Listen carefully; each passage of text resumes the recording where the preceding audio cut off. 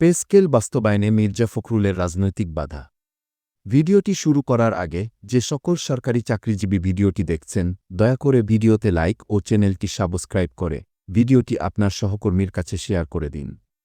বাংলাদেশের লক্ষাধিক সরকারি চাকরিজীবীর মুখে একটাই প্রশ্ন, নতুন পে স্কেল কবে বাস্তবায়ন হবে? আর এই প্রশ্নের উত্তর খুঁজতেই আজকের এই বিশেষ প্রতিবেদন। বর্তমান সময়ে দেশের সবচেয়ে আলোচিত বিষয় হচ্ছে তত্ত্বাবধায়ক সরকারের অধীনে গঠিত জাতীয় পে কমিশন। এই কমিশনকে দায়িত্ব দেওয়া হয়েছে আগামী ৬ মাসের মধ্যে বেতন কাঠামো সংস্কারের সুপারিশ জমা দেওয়া এবং সর্বোচ্চ ২ মাসের মধ্যে অন্তর্বর্তীকালীন পে স্কেল বাস্তবায়নের জন্য কাজ শুরু করা। তবে এই ইতিবাচক পদক্ষেপের মাঝেও বাধা হয়ে দাঁড়িয়েছেন বিএনপির মহাসচিব মির্জা ফখরুল ইসলাম আলমগীর। রাজনৈতিক বাধা শুরু। এক সংবাদ সম্মেলনে তিনি বলেছেন, নির্বাচিত সরকার ছাড়া বড় আর্থিক সিদ্ধান্ত নেয়া সংবিধান বিরোধী। পে স্কেল বাস্তবায়ন করা জনগণের সঙ্গে প্রতারণা শামিল। তার মতে এই পে কমিশন ও বেতন বৃদ্ধির পরিকল্পনা জনগণের ভোটাধিকারকে উপেক্ষা করে গৃহীত হচ্ছে। তত্ত্বাবধায়ক সরকারের প্রতিক্রিয়া। প্রধান উপদেষ্টা ড. ইউনূস, যিনি বর্তমানে দেশের সর্বোচ্চ নির্বাহী ক্ষমতায় আছেন, তিনি বলেছেন, এটি একটি সময়োপযোগী সিদ্ধান্ত।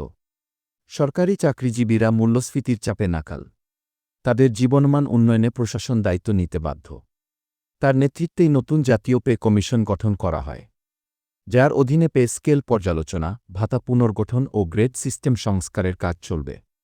কমিশনের কাঠামোতে যা থাকছে: নতুন বেসিক বেতন কাঠামো, মহার্ঘ ভাতা ৫০% পর্যন্ত বাড়ানো, বাড়ি ভাড়া, চিকিৎসা ও যাতায়াত ভাতা সমন্বয়, উৎসব বোনাস আরও বাস্তবসম্মত করা, ১১ থেকে ২০তম গ্রেডের জন্য অতিরিক্ত সুবিধা, পেনশনভোগীদের জন্য ভাতা পুনর্নির্ধারণ। সরকারি চাকরিজীবীদের প্রতিক্রিয়া। একজন ১৫তম গ্রেডের কর্মচারী বলেন, আমাদের পরিবারের খরচ ৩ গুণ, কিন্তু বেতন এক জায়গায়। পে স্কেল ছাড়া জীবন চালানো অসম্ভব হয়ে যাচ্ছে। এক পেনশনভোগী বলেন, সারা জীবন কাজ করে এখন যদি চিকিৎসা খরচই না ওঠে, তাহলে কেন কাজ করলাম? রাজনীতি নাকি বাস্তবতা? এই মুহূর্তে প্রশাসনের সামনে দুইটি পথ, একদিকে রাজনৈতিক চাপ, অন্যদিকে চাকরিজীবীদের মানবিক বাস্তবতা। বেশিরভাগ বিশ্লেষক বলছেন, মির্জা ফখরুলের বক্তব্য রাজনৈতিক উদ্দেশ্যপ্রণোদিত। কারণ তত্ত্বাবধায়ক সরকারের যে কোনো ইতিবাচক কাজ তিনি প্রশ্নবিদ্ধ করতে চান। সরকারি চাকরিজীবীদের স্বস্তি দিতে হলে প্রধান উপদেষ্টা ড. ইউনূসকে এখনই কঠোর সিদ্ধান্ত নিতে হবে। নতুন পে স্কেল যদি সময়মতো বাস্তবায়ন না হয়, তবে এর প্রভাব পড়বে চাকরিজীবীদের মনোবল ও দেশের সামগ্রিক প্রশাসনে। আপনার মতামত দিন।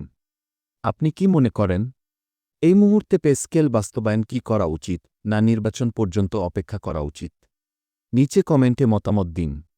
ভিডিও ভালো লাগলে লাইক দিন। সাবস্ক্রাইব করে পাশে থাকুন আমাদের চ্যানেল।